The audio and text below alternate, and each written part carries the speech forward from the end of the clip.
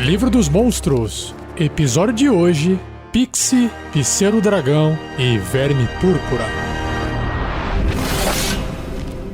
Regras do D&D 5e. Uma produção RPG Next.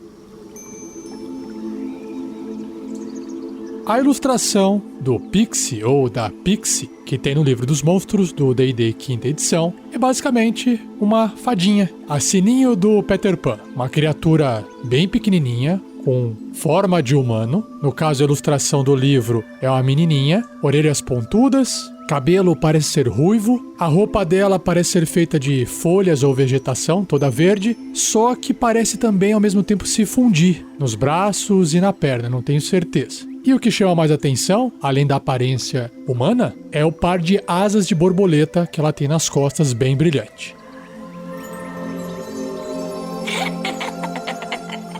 Pixie. Medindo apenas 30 centímetros de altura, basicamente um pé, os pixies lembram elfos diminutos com finas asas, como as de libélulas ou borboletas, brilhantes como o amanhecer claro e tão luminosas quanto o nascer da lua cheia. Curiosos como gatos e tímidos como cervos, os pixies vão onde querem. Eles gostam de espiar as outras criaturas e dificilmente conseguem conter a agitação em volta deles. O desejo de se apresentar e iniciar uma amizade é quase esmagador. Apenas o medo de ser capturado ou atacado mantém o pixie alerta. Aqueles que vagam por uma clareira de um pixie podem nunca ver a criatura. Ainda assim, ouvem os ocasionais risos, arfadas ou suspiros. Os pixies se ornam como príncipes e princesas das fadas, vestindo roupas leves e gibões de seda que brilham com o luar em uma lagoa. Alguns vestem-se com bolotas, folhas, cascas e peles de pequenos animais da floresta. Eles têm grande orgulho de sua regalia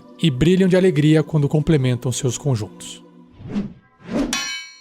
Povo feérico mágico. Com seu poder inato de invisibilidade, os pixies raramente aparecem, a não ser que desejem ser vistos. Em Faéria e no plano material, os pixies gravam padrões de geada nas lagoas durante o inverno e despertam os brotos na primavera. Eles fazem as flores brilharem com orvalho no verão e colorem as folhas com tons quentes no outono. Pó de fada. Quando os pixies voam visíveis, uma cascata de pó cintilante segue seu rastro como uma cauda brilhante de uma estrela cadente. Uma mera pitada de pó de fada dizem ser capaz de conceder o poder de voar, confundir uma criatura irremediavelmente ou fazer inimigos caírem em um sono mágico. Apenas os pixies podem usar seu pó com potencial máximo, mas essas fadas são constantemente caçadas por magos e monstros que buscam estudar ou dominar seus poderes. Brincalhões miúdos. Embora a chegada de visitantes desperte sua curiosidade, os pixies são muito tímidos para se revelarem de primeira. Eles estudam seus visitantes de longe, avaliando seu temperamento e fazendo truques inofensivos com eles para medir suas reações. Por exemplo, os pixies poderiam amarrar as botas de um anão juntas, criar ilusões de criaturas estranhas e tesouros ou usar globos de luz para desencaminhar intrusos. Se os visitantes responderem com hostilidade, os pixies irão se afastar. Se os visitantes forem de boa índole, os pixies serão mais corajosos e mais amigáveis. A fada pode até surgir e oferecer para guiar seus convidados, entre aspas, por uma rota segura ou convidá-los para um diminuto, porém satisfatório, banquete preparado em sua homenagem. Avessos à violência. Diferentes dos seus primos feéricos, os sprites, os pixies abominam armas e preferirão fugir a entrar em confronto físico com qualquer inimigo. E para fechar a descrição do pixie, antes de eu passar para o bloco de estatísticas, tem um papelzinho aqui com uma anotação escrita à mão. E está escrito o seguinte: vestidos de pétalas e gorros de bolota são tão verão passado? Quem escreveu isso foi uma pixie fashionista de fashion de moda chamada River Gleam, ou Brilho do Rio.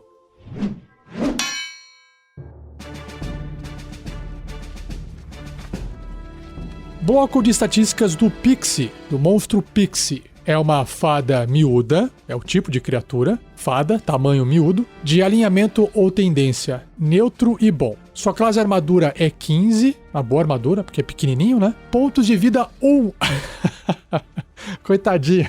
1d4 menos 1 tá aqui entre parênteses. Deslocamento 3 metros se tiver no chão, que dá 10 pés, ou voando 9 metros. Em atributos físicos e mentais é óbvio, né? Os físicos vão ser bem pequenos, tirando a destreza. Força 2, bichinho pequenininho de 30 centímetros, vai ter quase força nenhuma, né? Agora, destreza 20, super alta. Constituição 8, abaixo da média. E nos atributos mentais, aí não importa o tamanho, né? Inteligência 10, na média. Sabedoria 14, opa, acima da média. E carisma 15, mais acima ainda. Em perícias tem furtividade mais 7 e percepção mais 4. Os bônus, né? E sentidos, percepção passiva de 14. Idiomas silvestre. E se o nível de desafio é 1/4 ou 50 XP. O Pixie tem um traço racial chamado Conjuração Inata e outro Resistência à Magia. A Conjuração Inata é uma habilidade de conjuração que permite o Pixie fazer magias de forma inata. Ele usa carisma e a CD, ou a classe de dificuldade de resistência da magia é 12 e tem mais 4 para poder atingir com ataques de magia. O Pixie pode conjurar inatamente as seguintes magias necessitando apenas do seu pó de fada como componente. Então, à vontade, ele pode fazer druidismo, que é o Druidcraft,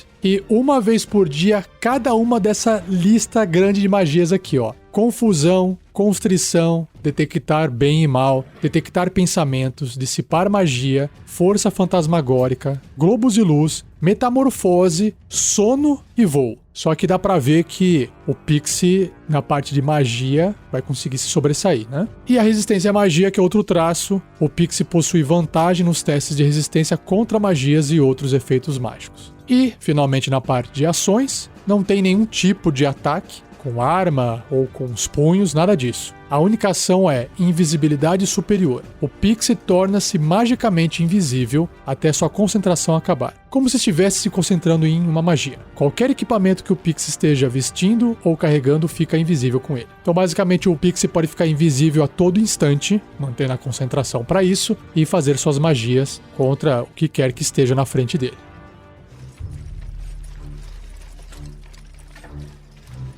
Ideia de aventura. Bom, ficou evidente que o Pixie não é uma criatura que foi feita para ser utilizada como um saco de pancada dos aventureiros, né? E por se tratar de uma criatura inteligente, mágica, pequena, dos contos de fadas, criatura que representa os contos de fadas, né? Você tem que usar o NPC como uma ferramenta muito mais narrativa. Pelo menos é o que eu acho. Então, uma ideia de aventura seria, imagina numa região, num local, numa cidade, alguém que esteja vendendo de forma meio contrabandeada, meio escondido, pó de fada. Por quê? Porque ele não quer pagar tributo pro prefeito da cidade e ele sabe que o que ele tá fazendo ali, ele pode estar trazendo algum certo risco para a cidade, ou porque ele não quer gerar algum tipo de concorrência, não dá para saber. Ou até existe venda de pó de fada na cidade e tem alguém que está tentando vender por fora isso, porque afinal de contas, basta, entre aspas, ir lá pegar na floresta. Quando na verdade existe alguém, não sei se é o próprio vendedor ou alguém por trás, que capturou um ou mais pixies, mantém eles enjaulados e de alguma forma conseguiu forçá-los a produzir esse pó de fada quando eles voam.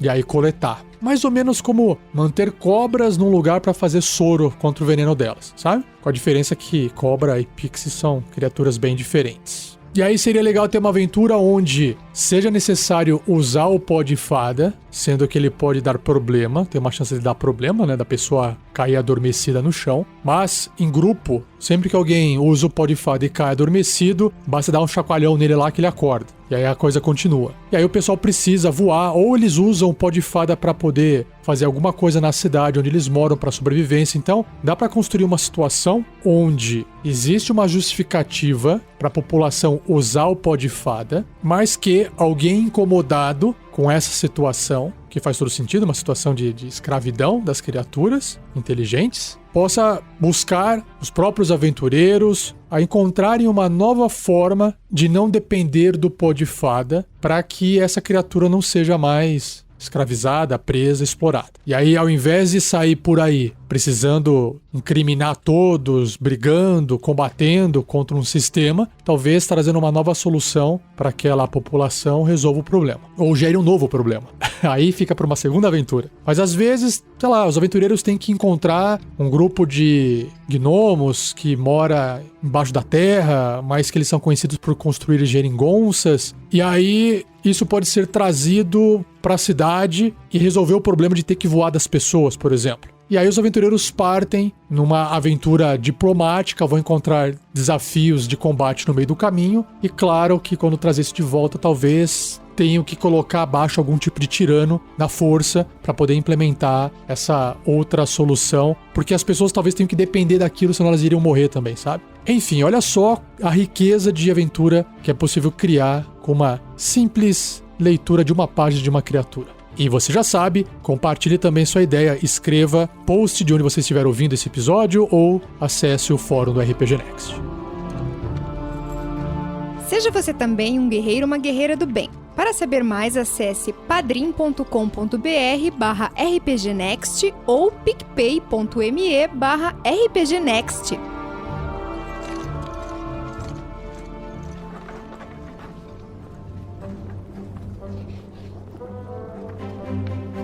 Continuando com criaturas diminutas, a ilustração do pseudo-dragão que tem no livro dos monstros é exatamente um dragão em miniatura do tamanho de um livro e ele lembra bastante um gato. A ilustração apresenta esse dragão pequenininho, avermelhado, em cima de 2 livros com uma vela do lado e ele está se esgueirando por trás de um ratinho. Fora a aparência de dragão bem pequeno, tamanho de um gato, esse pseudo-dragão da ilustração tem uma coisa que chama atenção. Ele tem uns espinhos que percorrem a coluna dele, vai pelo rabo e quando chega na ponta do rabo parece ter um ferrão. Um ferrão como se fosse de escorpião, assim. Ah, e apesar de ele ser um pseudo-dragão, ele também mantém a mesma estrutura fisiológica de 4 patas, mais um par de asas nas costas, com 2 bracinhos segurando, da mesma forma que os dragões verdadeiros têm.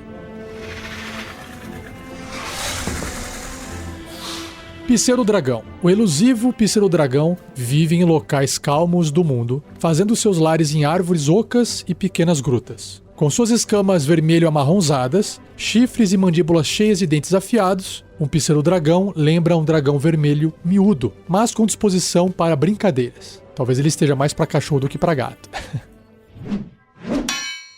Quietos e defensivos. Os pseudo-dragões têm pouco interesse em outras criaturas e eles evitam-nas sempre que possível. Se for atacado, um pseudo-dragão lutará usando seu ferrão venenoso na ponta de sua cauda. Uma ferroada dele pode colocar uma criatura em um estado catatônico que pode durar horas. Familiares dracônicos. Magos frequentemente buscam pseudo-dragões cuja boa disposição, habilidade telepática e resistência à magia os torna familiares superiores. Os pseudo-dragões são seletivos quando ele chega a escolher companheiros, mas eles podem às vezes ser conquistados com comida ou tesouro. Quando o pseudo-dragão encontra um companheiro aceitável, ele se vincula a essa pessoa enquanto for tratado de forma justa. Um pseudo-dragão não tolera maus tratos e abandonará um companheiro manipulador ou abusivo sem aviso.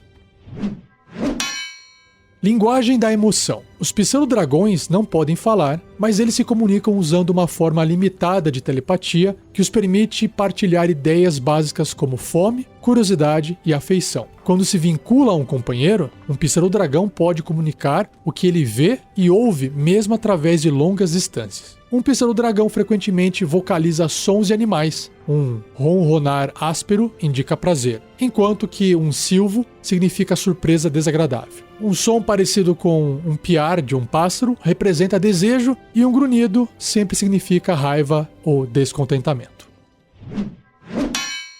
Aqui no livro também tem um bloco de texto, uma caixinha, que apresenta uma variação, que é o familiar pseudo-dragão, que foi descrito agora há pouco. Ele adiciona tal informação ao bloco de estatísticas do bichinho. Alguns pseudo-dragões estão dispostos a servir conjuradores como seus familiares. Tais pseudo-dragões têm o seguinte traço: familiar. O pseudo-dragão pode servir outra criatura como um familiar, formando um elo telepático mágico com esse companheiro disposto. Enquanto ambos estiverem ligados, o companheiro pode sentir o que o pseudo-dragão sente, contanto que ambos estejam até 1,6 km, ou seja, 1 milha, um do outro. Enquanto o pseudo-dragão estiver a 3 metros ou 10 pés de seu companheiro, o companheiro compartilha o traço chamado resistência à magia do pseudo-dragão. Aí é forte, hein? A qualquer momento e por qualquer razão, o pseudo-dragão pode terminar seu serviço como familiar, terminando o elo telepático.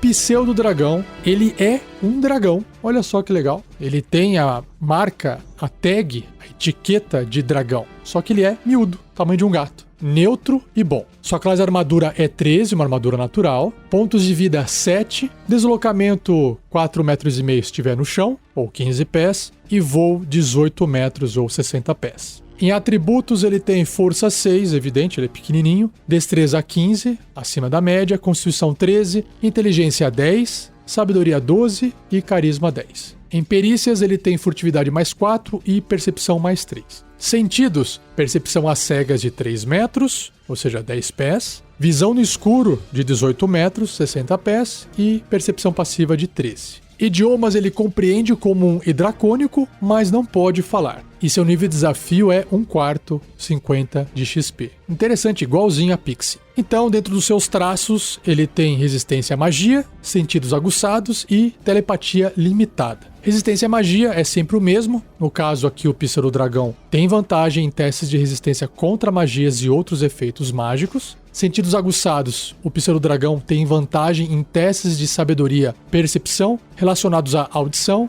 olfato e visão. E telepatia limitada, o pseudo-dragão pode comunicar ideias, emoções e imagens simples telepaticamente com qualquer outra criatura até 30 metros dele, que são 100 pés, que possa compreender um idioma. E na parte de ações, ele tem tanto o ferrão quanto a mordida. O ferrão é um ataque corpo a corpo com arma, assim como a mordida. Ambas as ações têm mais 4 para poder atingir apenas um alvo adjacente, ou seja, 1,5 metro. Se o ferrão acertar, assim como a mordida, causa o mesmo dano, que é 4 ou 1d4 mais 2 de dano perfurante. Só que o ferrão continua. No caso, o alvo tem que ser bem sucedido num teste de resistência de constituição com dificuldade 11 ou ficará envenenado por 1 hora. Se o resultado do teste de resistência for 6 ou inferior, ou seja, bem ruim, o alvo ficará inconsciente pela duração ou até sofrer dano ou outra criatura usar a sua ação para acordar. Caramba, muito bom.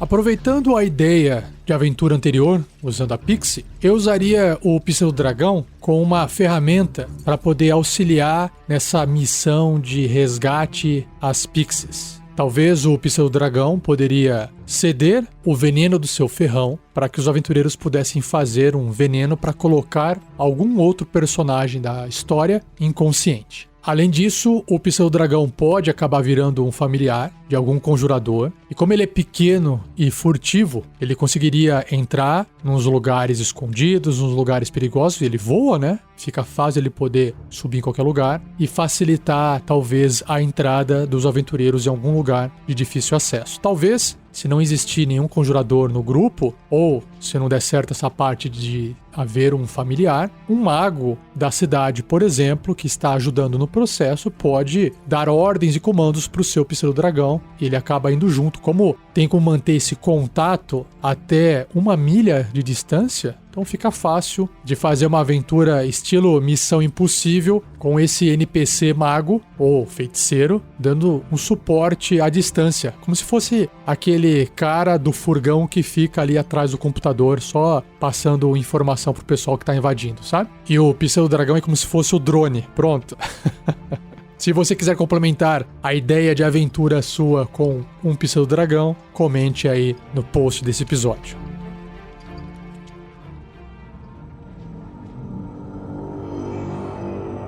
E a última criatura, o último monstro do cast de hoje é o Verme Púrpura, ou Purple Worm. Basicamente, a ilustração é de uma grande minhoca púrpura, da cor roxo, claro, imagino eu, saindo da terra, enrolando parte do seu corpo, e na ponta tem uma grande boca com vários dentes. E também no corpo, ao redor, seguindo a sua carapaça, vários espetos com cor de osso, que dá um aspecto mais grotesco ainda à criatura.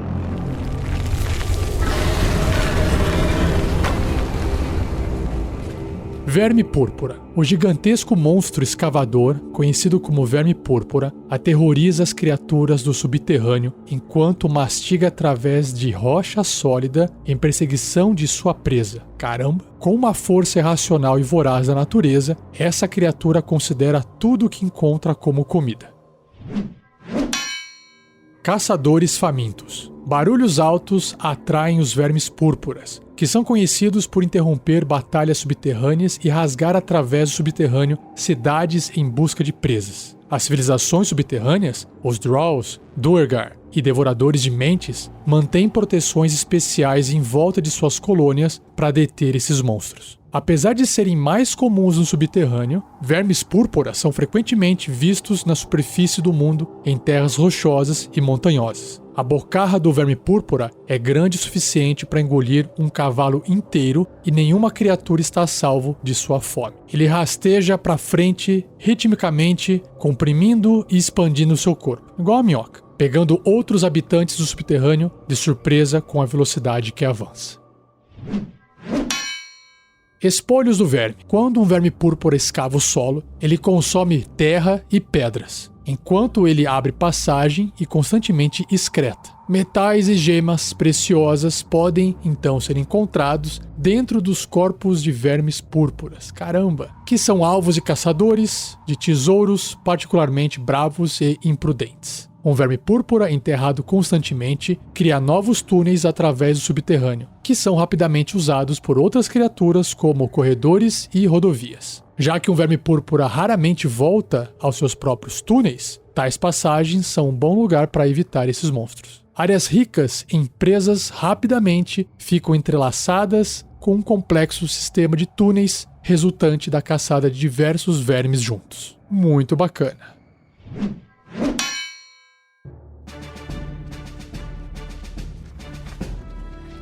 Verme púrpura, monstruosidade imensa. E lembrando que Gargantuan, ou imensa, pode adotar tamanhos maiores se você precisar na sua aventura. E seu alinhamento, ou a sua tendência, é Analine, imparcial. Classe armadura 18, uma armadura natural. Pontos de vida 247. Caramba, muito. No deslocamento, em solo, 15 metros ou 50 pés, bem rápido. E escavando um pouco menos, mas ainda assim muito rápido por estar comendo a terra, né, embaixo. Ou rochas, escavação de 9 metros ou 30 pés. Em atributos, segura aí a ignorância. Força 28. Tem que ter, né, para poder perfurar a rocha. Destreza 7, Constituição 22, uau. Inteligência 1, mínimo para poder sobreviver, né? Sabedoria 8, Carisma 4. Em testes de resistência, ele tem bônus. Constituição mais 11, caramba, Sabedoria mais 4.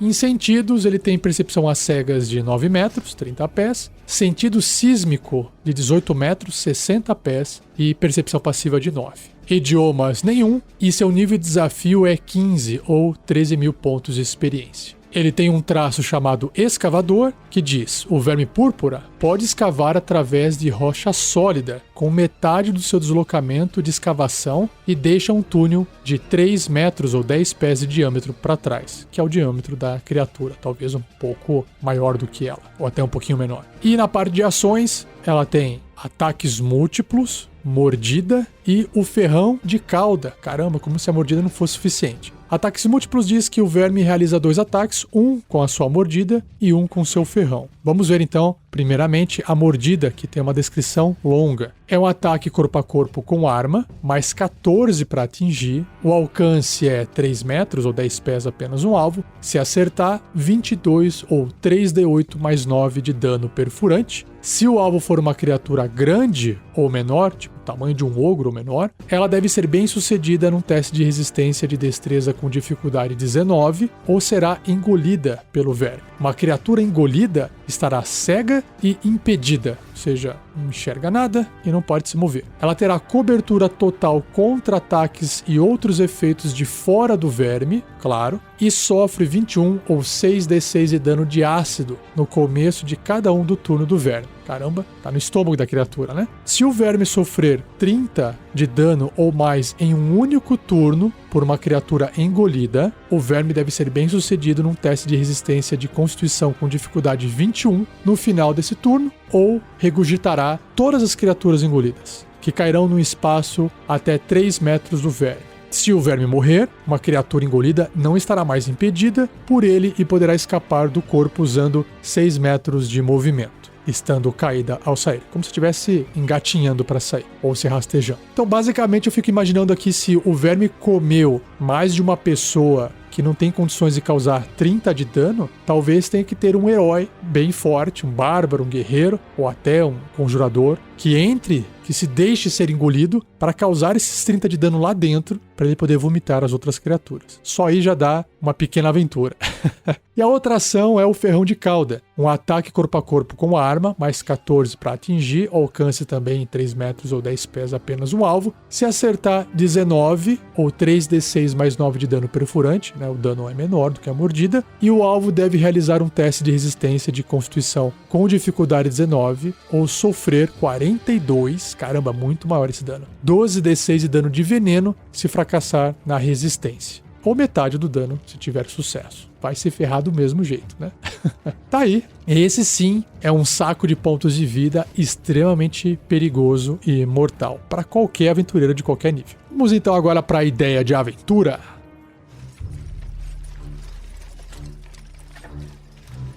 Dando continuidade nas ideias do cast de hoje, que eu usei ali no Pixie, depois no Pista do Dragão. Então imagine que os aventureiros partiram numa jornada para convencer gnomos da rocha, que são grandes engenheiros, a emprestarem ou venderem ou até construírem engenhocas para resolver o problema da população que usa o pó de fada para poder voar e, sei lá, cuidar de animais ou de plantações, ou até para sobrevivência que não seja alimentar, mas de proteção, alguma situação. Só que chegando ali na colônia dos gnomos, eles estão com um problema e eles falam que eles podem ajudar se eles forem também ajudados. Não porque eles estejam sendo maldosos, querendo explorar, nada disso. É porque eles realmente precisam de uma ajuda com esse problema, porque a sociedade deles está em perigo por causa de um verme púrpura. Eles já construíram alguma coisa para poder protegê-los, ou pelo menos reduzir o risco, a chance de um verme púrpura passar ali dentro e comer todo mundo, mas pelos tremores que eles vêm sentindo, alguma coisa está fazendo com que esses vermes se aproximem ou se arrisquem mais em aparecer por ali. E aí cabe aos aventureiros, talvez, auxiliarem nesse processo ou de captura do verme, ou até tentar espantar, ou talvez matar. Depende muito do nível dos personagens. Personagens com níveis mais baixos não tem condições de enfrentar um verme púrpura de nível desafio 15. Então, nesse caso, talvez toda a cena construída seja apenas para poder... Ela vai fazer um ataque, mas o ataque a gente sabe que não vai matar a criatura com 247 pontos de vida, mas talvez a atraia para uma armadilha, por exemplo. Se é que tem como fazer uma armadilha para segurar um bicho desse, né? Um bicho que perfura a rocha. Como é que você vai segurar ele? Um campo de energia mágico? Metal, talvez, né? Uma grande cela de metal? Não se sabe. Aí tem que desenvolver isso e pensar numa maneira de resolver esse problema e ajudar os gnomos, que só poderão pensar em ajudar outras civilizações caso eles estejam vivos e protegidos. Então, é uma troca justa. E com isso você consegue fechar uma grande aventura, mas as 3 ideias e 3 criaturas que não têm uma relação direta entre elas. Se você curtiu, dê o joinha, compartilhe e também contribua com a sua ideia de aventura.